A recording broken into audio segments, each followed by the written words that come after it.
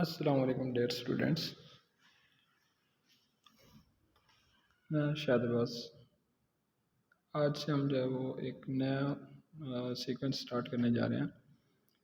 मैं आज से आपको इस चैनल पे जो है वो शॉर्ट क्वेश्चन, जो इम्पोर्टेंट शॉर्ट क्वेश्चन है आपकी जो एफएससी बुक से रिलेटेड, फर्स्ट ईयर और सेकंड से रिलेटेड, वो मैं आपसे शेयर करूँगा। शॉर्ट क्वेश्चन प्लस उनके आंसर। तो अगर आप हमारे चैनल पे अभी तक न्यू हैं और अभी तक आप लोगों ने हमारे चैनल को सब्सक्राइब नहीं किया तो सब्सक्राइब करें और बेल आइकन पे क्लिक करें ताकि हमारी हर आने वाली वीडियो के जो है वो आपको नोटिफिकेशन शेयर हो सके और आप आसानी से उसको जो है विज़िट कर सकें। तो स्टूडेंट्स, आज हम टॉपिक में जाते हैं। चैप्टर नंबर 15 का सबसे पहला टॉपिक या सबसे पहले पार्ट के अंदर जो हम क्वेश्चन, जो इम्पोर्टेंट क्वेश्चन है वो हम शेयर करने जा रहे हैं। सबसे पहला जो पोर्शन है चैप्टर नंबर 15 का, वो हमारे पास है ऑस्मो रेगुलेशन। तो ऑस्मो रेगुलेशन का पहला क्वेश्चन है, जो हमारे पास क्वेश्चन कुछ यूँ पूछा जाता है, what is homeostasis, give its significance. कि होमियोस्टेसिस क्या है और इसकी सिग्निफिकेंस क्या है। अगर हम बात करें हमारे पास होमियोस्टेसिस, जो वर्ड होमियोस्टेसिस है that consist of two words, homeo and stasis. Homeo mean same and stasis mean condition. तो अगर हम इसको डिफाइन करें प्रॉपर वे में, protection of internal environment from the harms of fluctuation external environment known as homeostasis. कि हमारे पास हमारी body की अगर हम बात करें, हमारी बॉडी के अंदर जो है वो बाहर के इन्वायरमेंट के बाद मुताबिक क्या आती है, थोड़ी बहुत चेंज आने की कोशिश करती है, मगर हमारी बॉडी उसे क्या करती है, मेंटेन करती है। एक्सटर्नल इन्वायरमेंट के अंदर जो भी तब्दीली आ रही है उससे प्रोटेक्ट करना इंटरनल बॉडी को, इसको हम नाम दे रहे हैं होमियोस्टेसिस का। अब इसकी सिग्निफिकेंस क्या हो सकती है। होमियोस्टेसिस किसी भी ऑर्गेनिज्म को इंटरनल इन्वायरमेंट में क्या करती है, जो एक्सटर्नल इन्वायरमेंट के अंदर चेंजेस आ रही हैं उनसे प्रोटेक्ट करती है। नंबर 2 पे जो होमियोस्टेसिस है वो मतलब ऑर्गेनिज्म को क्या करती है, फ्लक्चुएशन को नैरो रेंज के अंदर रखती है, मतलब एक लिमिटेड रेंज में रखती है, लिमिटेड रेंज से ऊपर नहीं जाने देती। बहुत सारे जो कंट्रोलिंग सिस्टम होते हैं उनको कंपेयर करने के बाद एक्सटर्नल इन्वायरमेंट के साथ कंपेयर किया जाता है और उन्हें मेंटेन किया जाता है। क्वेश्चन नंबर 2 हमारे पास है, differentiate between hypotonic and hypertonic environment.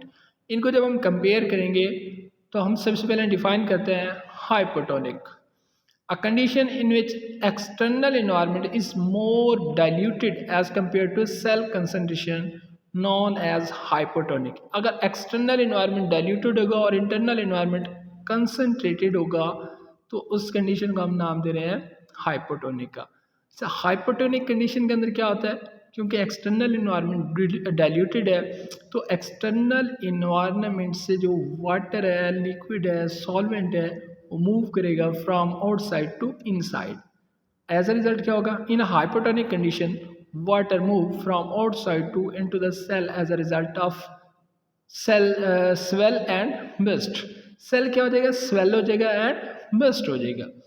Number 2 पे hypertonic, the condition in which external environment is more concentrated as compare to the cell known as hypertonic. कि अगर एक्सटर्नल इन्वायरमेंट कंसनट्रेटेड है cell के मुकाबले में तो वाटर सेल से move करेगा आउटसाइड में, और एज अ रिजल्ट क्या होगा, in this environment water is release from cell to outside, as a result cell shrink, और इसके नतीजे में क्या हो जाएगा, सेल श्रिंक हो जाएगा। Question number 3, differentiate between osmoconformers and osmoregulators। Word पे कंसंट्रेट करेंगे। osmoconformers, organism that keep their body fluids isotonic to the external environment are known as osmoconformers। वो ऑर्गेनिज्म जो अपनी बॉडी की कंडीशन को आइसोटोनिक रखते हैं एक्सटर्नल इन्वायरमेंट के मुकाबले में, उससे हम नाम दे रहे हैं osmoconformers. They don't need to adjust their internal environment. इनके इंटरनल इन्वायरमेंट को एडजस्ट करने की कोई भी ज़रूरत नहीं होती। एग्जाम्पल हमारे पास आ जाते हैं इनवर्टिब्रेट्स, जो मैरीन इनवर्टिब्रेट्स हैं वो आ जाते हैं, जैसे कि क्रैब्स हैं, लोबस्टर्स हैं और हैगफिश वगैरह। हैगफिश वर्टिब्रेट्स में आ जाते हैं, क्रैब्स और लोबस्टर जो है वो हमारे पास मैरीन इनवर्टिब्रेट्स में आ जाते हैं। Osmoregulators, organism that regulate their internal osmolarity with respect to the environment are known as osmoregulators. वो ऑर्गेनिजम्स जो अपने इंटरनल ऑस्मोलैरिटी को मेंटेन करते हैं, रेगुलेट करते हैं, उन्हें हम नाम दे रहे हैं ऑस्मोरेगुलेटर्स। They release excess water in hypertonic environment and excrete salts in a hypertonic environment to regulate condition।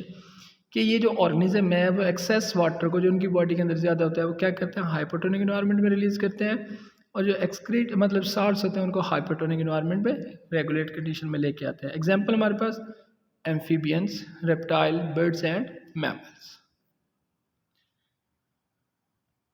Question number 4, how xerophytes face the shortage of water.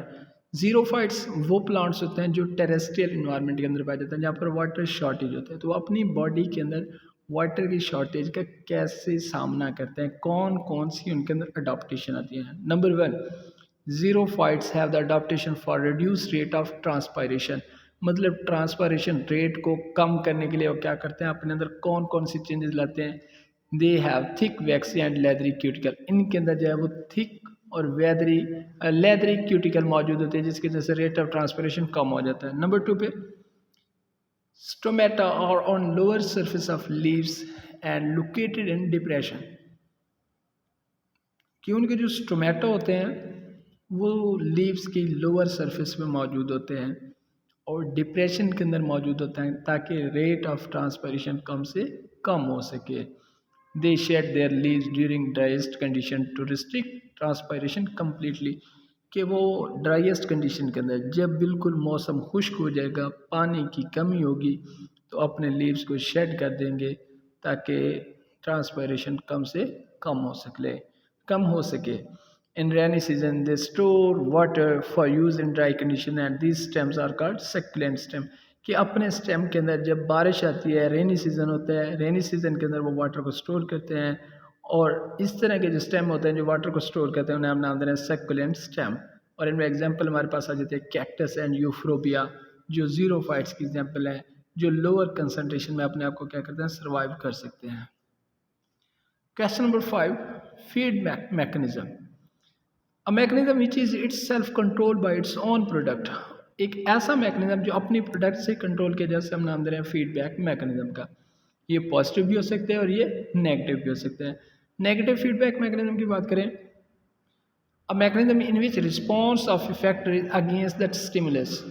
अगर हमारे पास जो फीडबैक मैकेनिज्म है उसका अगर रिस्पॉन्स इफेक्टर का जो है वो स्टिमुलस के अगेंस्ट हो तो उसे हम नेगेटिव का नाम दे रहे हैं। अगर वो स्टिमुलस से सिमिलर हो तो उसे हम पॉजिटिव फीडबैक मैकेनिज्म का नाम देते हैं।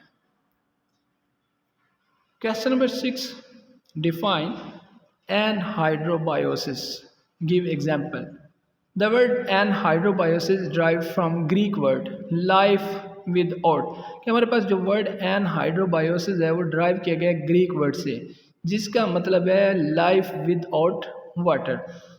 Character of terrestrial animal to tolerate the dehydration known as anhydrobiosis. कि जो टेरेस्ट्रियल एनिमल्स हैं उनके अंदर एक अडॉप्टेशन है, उनकी एक कैरेक्टर मौजूद है कि वो क्या कर सकते हैं, टॉलरेट कर सकते हैं डिहाइड्रेशन को, तो इससे हम नाम दे रहे हैं एनहाइड्रोबायोसिस। एग्जाम्पल हमारे पास ऐसे ऑर्गेनिज्म जो बेयर कर सकते हैं हम नाम दे रहे हैं कैंगरोरेट, और उसके साथ साथ जो है टर्डिग्रेड्स। ये ऐसे ऑर्गेनिज्म है जो एनहाइड्रोबायोसिस कैरेक्टर मेंटेन करते हैं, मतलब इनके अंदर ये कैरेक्टर मौजूद होती है। तो स्टूडेंट्स ये हमारे पास फर्स्ट टॉपिक के इंपॉर्टेंट शॉर्ट क्वेश्चन थे जिसमें हमारे पास जो है वो ऑस्मो रेगुलेशन के हवाले से आ जाता है।